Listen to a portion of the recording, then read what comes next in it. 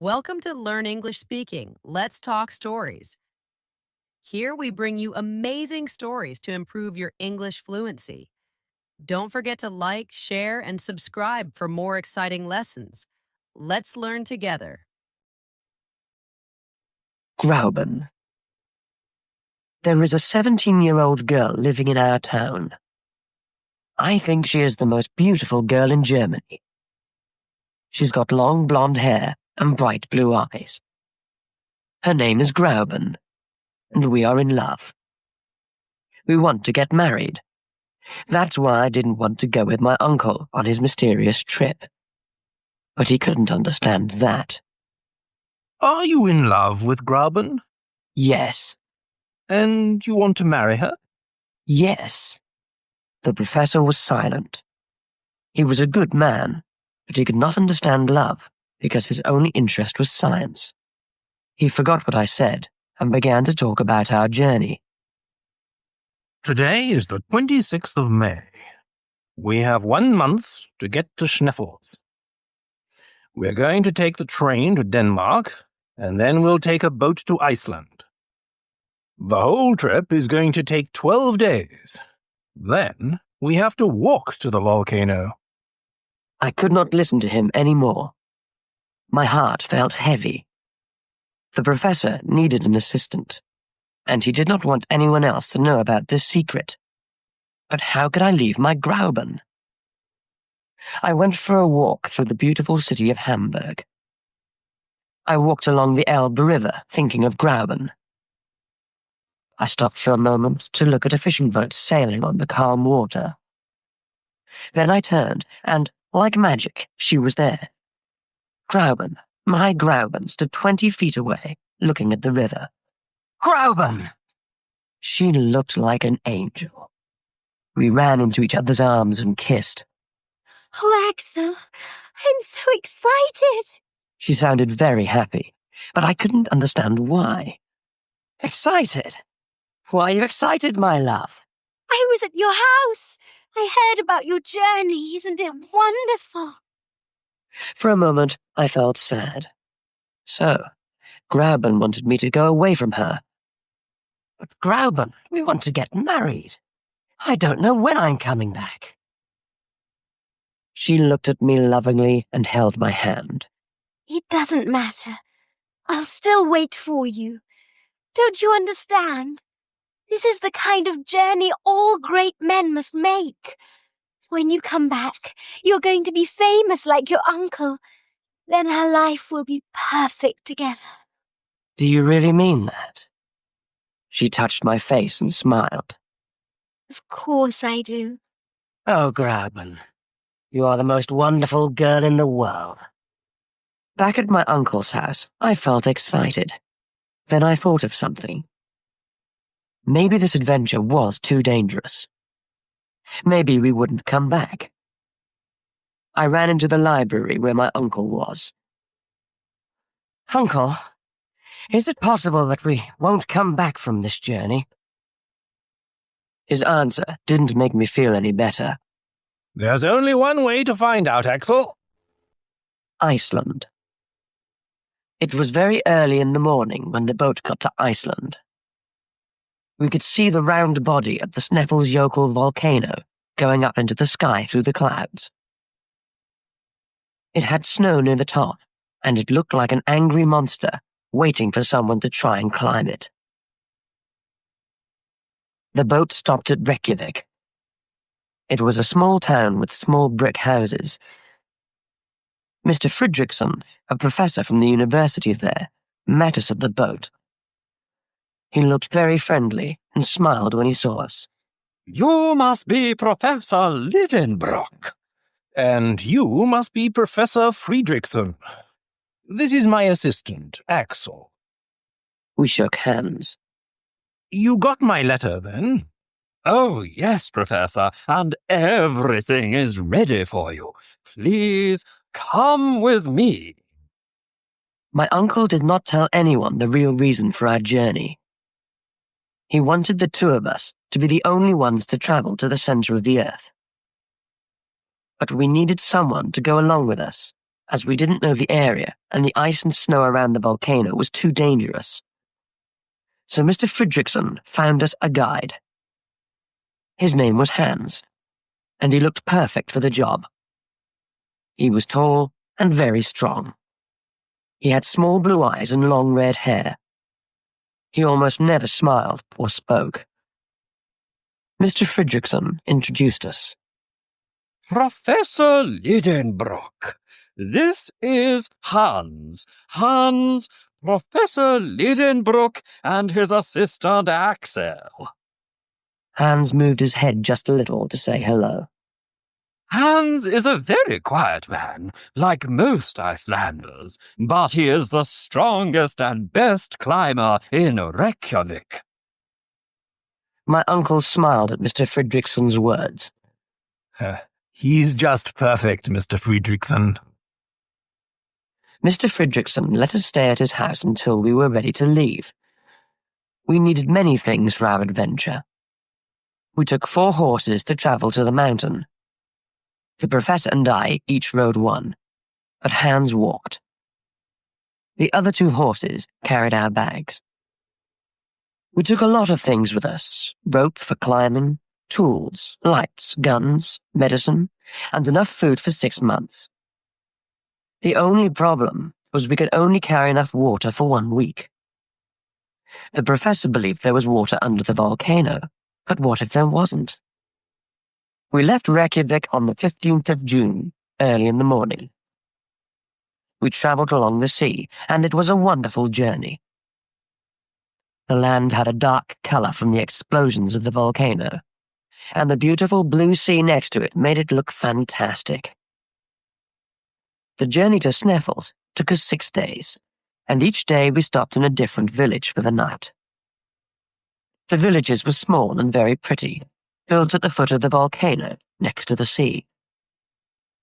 The villagers were very nice, but like Hans, they did not talk much. When we got closer to the top of Sneffels, I thought of something. Uncle, what happens if the volcano explodes again?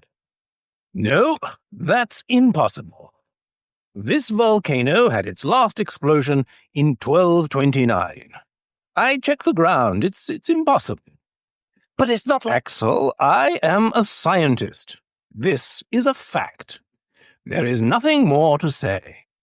It was now 11 o'clock at night, and we were at the top. We stopped and found a small place inside the opening of the volcano where we could sleep. That night, I had a dream. I saw that I was alone inside the volcano. I was lost and very scared. Suddenly, the volcano exploded, and I was shot out of its top like a rock. Inside the volcano, the mouth of the volcano was 1 mile wide. We tied a rope around each other and began to climb down. Hans went first. The inside of the volcano looked like the inside of an ice cream cone. Its opening became smaller as we went down because of the rocks left there after explosions. The bottom of the volcano was 2,000 feet down. When we got there, I looked up and saw the opening at the top. It was a perfect circle of clear blue sky. There were 3 holes in the floor of the volcano. Each of them was about 100 feet wide. The explosion of rocks and hot lava once came through these holes and then out through the top. Now they looked like dark caves. I looked at the holes and then turned to my uncle. Which one do we take? I don't know. Arne Saknussemm said the sun touches one of them at the end of June. Today is June the 25th. It is too late to see the sun today. We must wait until tomorrow. What if it's cloudy tomorrow? Then we will wait again. But we only have 5 more days. In July, the sun is too low. It cannot reach the bottom of the volcano. Then we can go home? Axel, don't say such things. Tomorrow will be sunny, and we are going to the center of the earth. The next day, it was cloudy. The professor could not believe it. 4 days. We only have 4 days. Please, please, son, come out, come out. The professor looked up at the sky with his arms open. The only thing he wanted now was to see the sunshine. I thought of Grauben and the danger waiting for my uncle and myself inside those holes. I hoped for rain. Hans built a small house from the large rocks he found on the floor of the volcano. He never said much, but he always thought of something useful to do. I checked the rock of the volcano walls to see how old they were. Drops of water from the ice and the snow outside ran down the wall, and the sound they made inside was like music. Suddenly, the professor called out my name.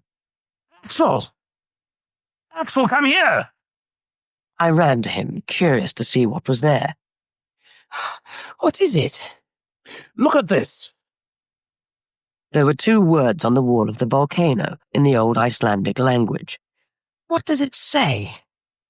Arne Saknussemm. He was here. We're in the right place.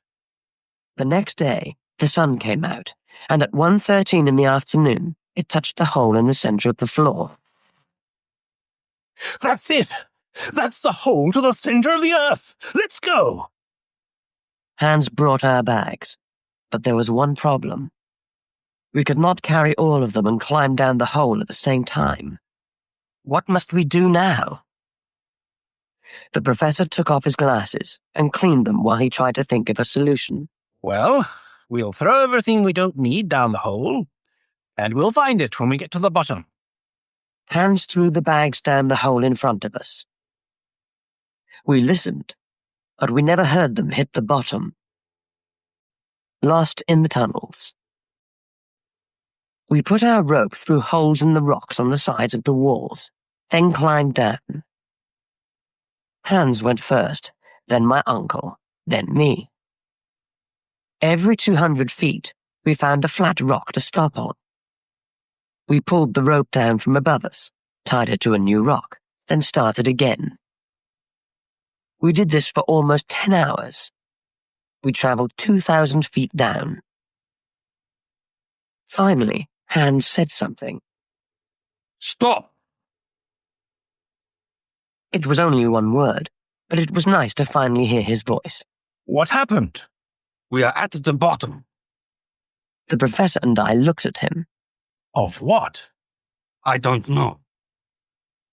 There was a turn in the hole. There was an open area like a cave at the bottom of the hole, which continued to the right. Our bags were there. After 10 hours of climbing down, we were very tired. We decided to spend the night there. In the morning, we continued our journey down. The hole now opened and looked more like a tunnel. We did not need to climb because we could walk down this tunnel. We used our torches so we could see the rock on the walls clearly. It looked like glass of different colors. Some of it was red, some was brown, and some was yellow. My uncle saw me looking at it. That's from the lava. It's beautiful. So, you're starting to enjoy our journey. There's more to see. Come along. We walked for 2 more days and we found other tunnels. There were tunnels everywhere, but we did not know which was the right one. Unluckily, our water finished. Now what are we going to do? We're going to find a spring. There are many, but we have to go down further. I could not move. I was very tired and thirsty, and thinking of Grauben. Uncle, I can't go on. Axel, please.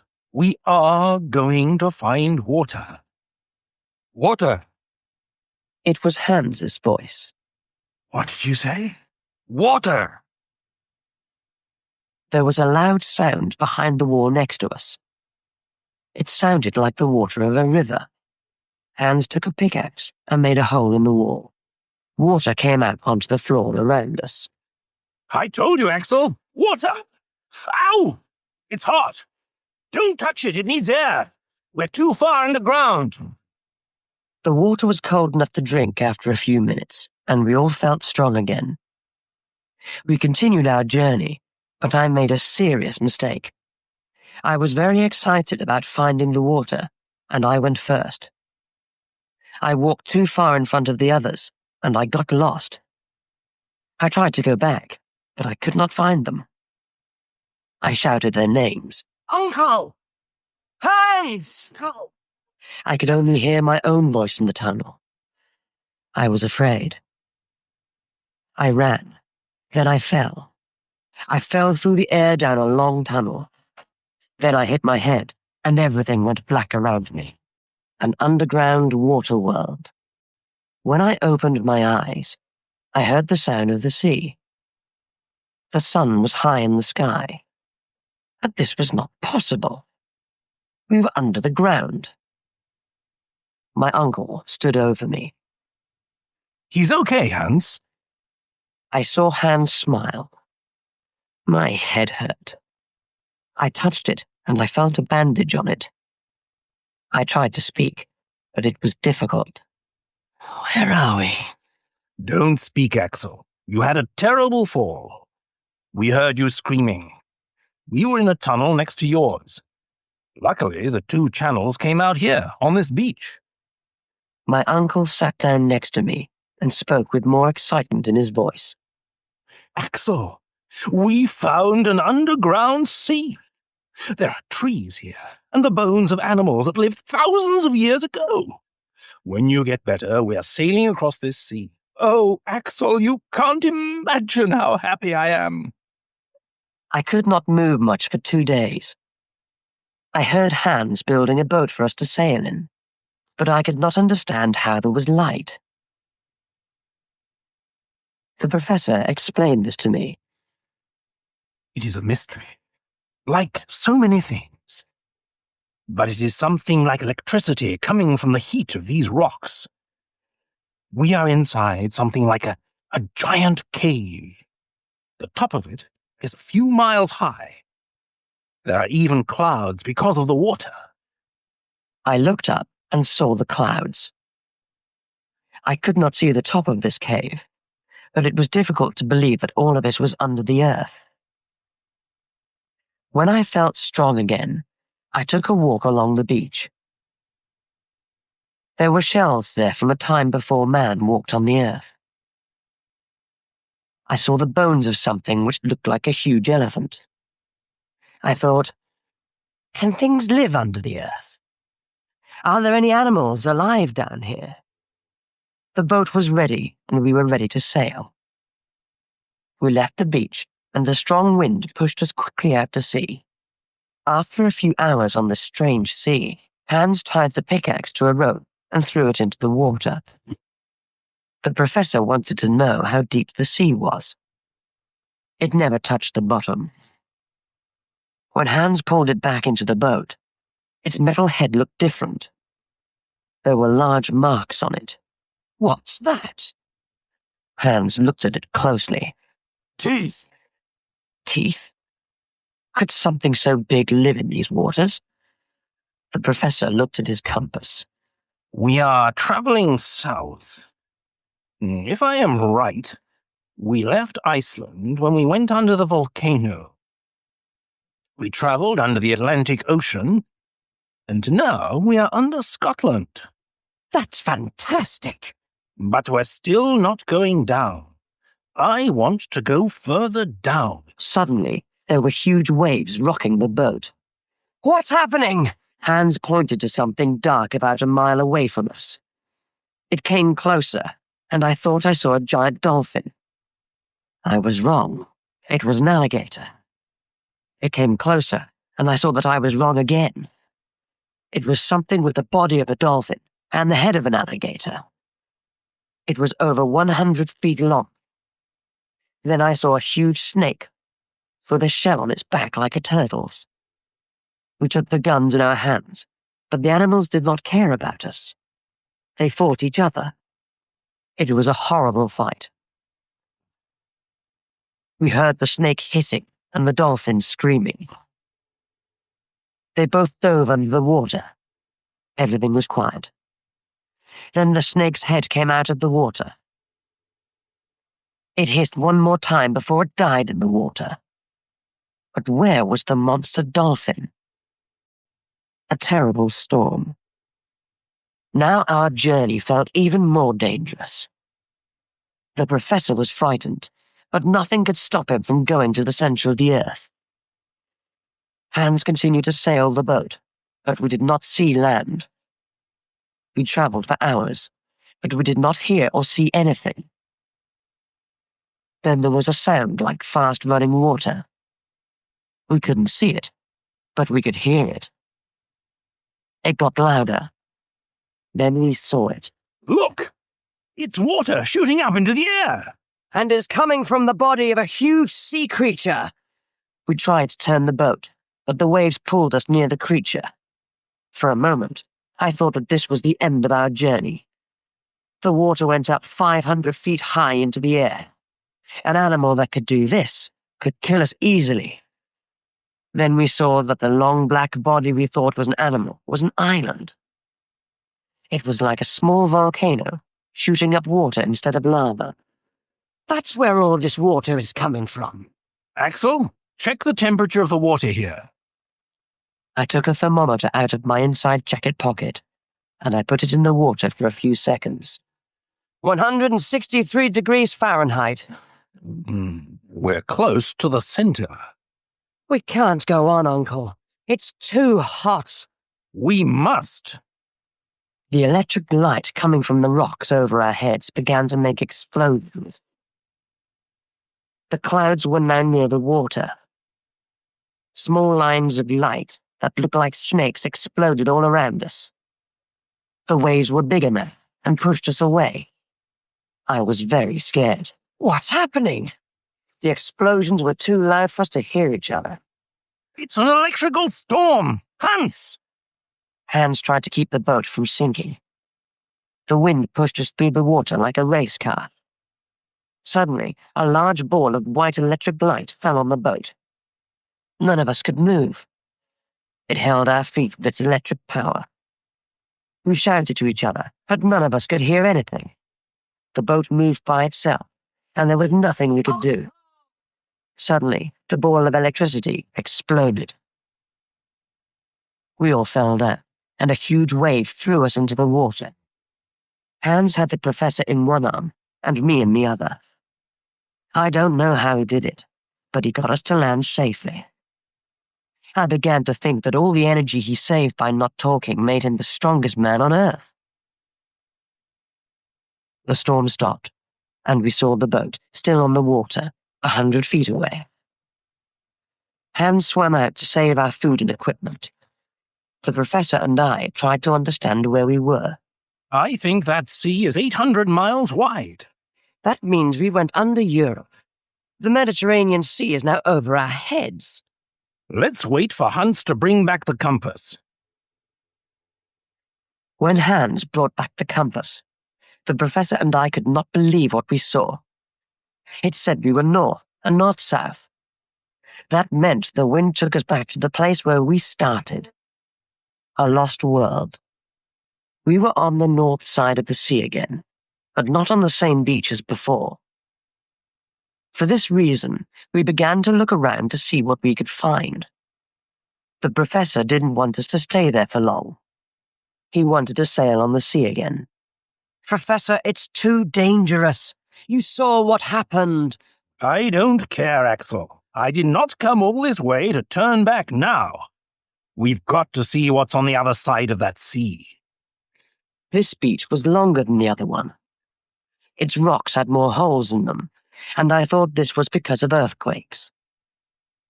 There were many more bones and old shells on this beach. Look at all this, Axel. We can read the whole history of the world from these bones.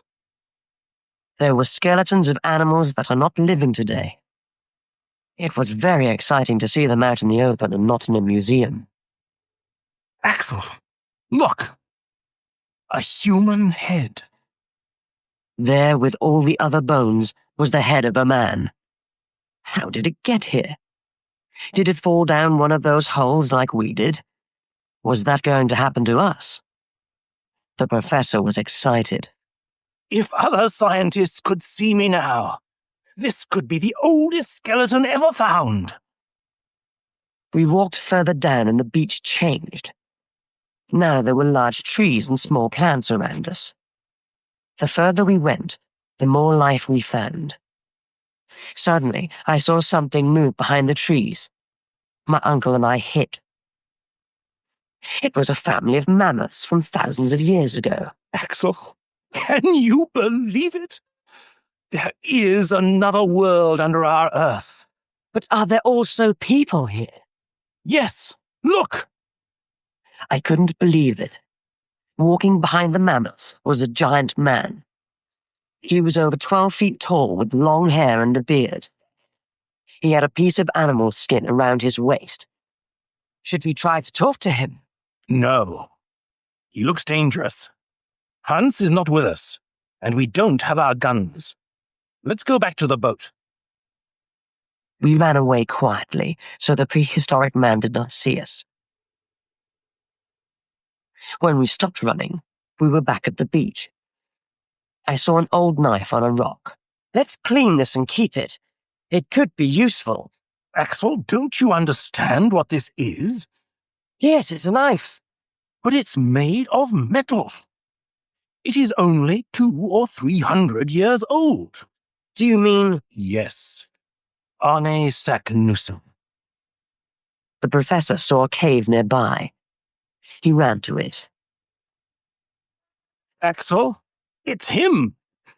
On the rock, next to the entrance of this cave, there were 2 letters in Old Icelandic.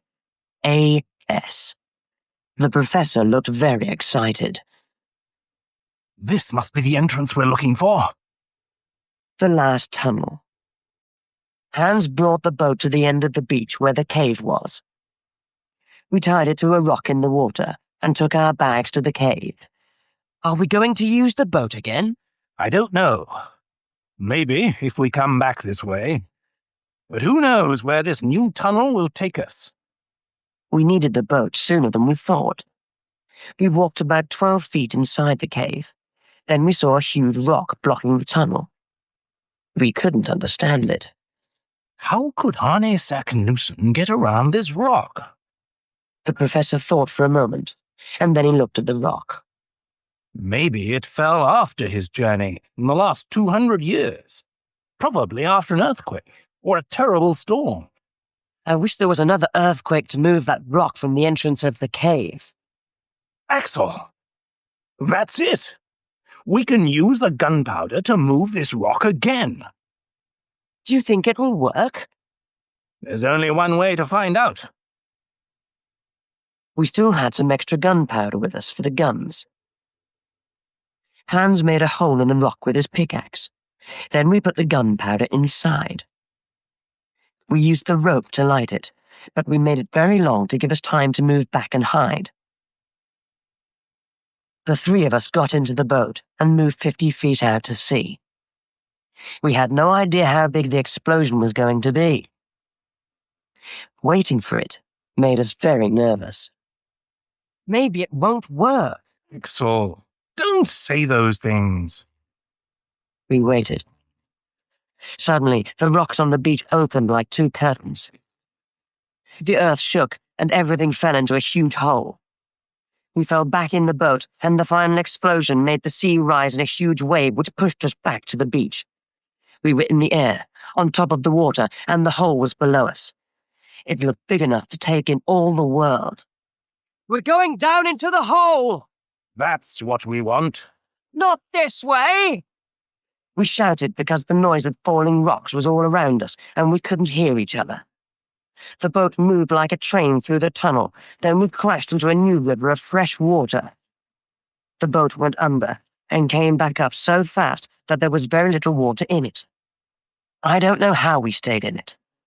We held onto the sides of the boat with all of our strength. Professor, where are we? I don't know, but the water is taking us somewhere. We have no choice but to follow it. It's getting hot. The temperature was high. The walls had the red color of lava. Are we under another volcano? When I finished my sentence, we heard a loud roar from behind us. Water and air pushed us forward faster. The walls began to shake and rocks began to fall. Professor! Then it was clear. We were inside a volcano, and it was going to explode. I could see the blue sky through the round hole at the top of the volcano. There was one more terrible roar, and we were flying up into the air. Back home. The volcano threw us into the sea. Hans saved us again with his amazing strength. But where were we? It looked like the surface of the earth. There were small boats in the water and olive and fruit trees on the land. Behind us was the huge volcano. We saw a little boy. We tried to go near him, but he was afraid of us. After all our underground adventures, we looked horrible. The professor spoke to him in German, French, and English, but he did not understand. Finally, the boy spoke in Italian. What did he say? He said we're in Stromboli, Italy. You mean we went in one volcano in Iceland and came out of another in Italy? Yes, and that one there is Mount Etna. And that was how our journey ended. The professor was not happy that he didn't get to the center of the earth, but when we got back to Germany, he felt better. Martha told everyone in Hamburg about our journey, and when we arrived, there was a big celebration for us. Everyone in Hamburg was at the train station when we arrived, but the only person I looked for was my Grauben. And I saw her, like a white light moving past the others until I could hold her. Oh, Axel, I'm so glad you're back. I thought of you every day, and sometimes I was afraid, but somehow I knew you were all right. Well, I never felt that I was safe, but I did want to come back to you every minute of every day. There was a stage set up in the station, and the journalists who were there asked the professor to talk about our journey. Uncle Otto was tired, but he agreed. My nephew Axel and I are now back from an incredible journey. We saw things that scientists still do not know about. There is life in the heart of this planet. There is water and beaches and trees. Arne Saknussemm, a famous scientist from the 16th century, was the first to travel under the earth. We are the second. I do not know if others will try this dangerous adventure in the future. If they do, they need someone like our guide Hans with them, or I'm afraid they will not survive. For a moment, I thought I saw a smile on Hans's face as the people clapped and cheered. But, as usual, the quiet Icelander didn't say a word.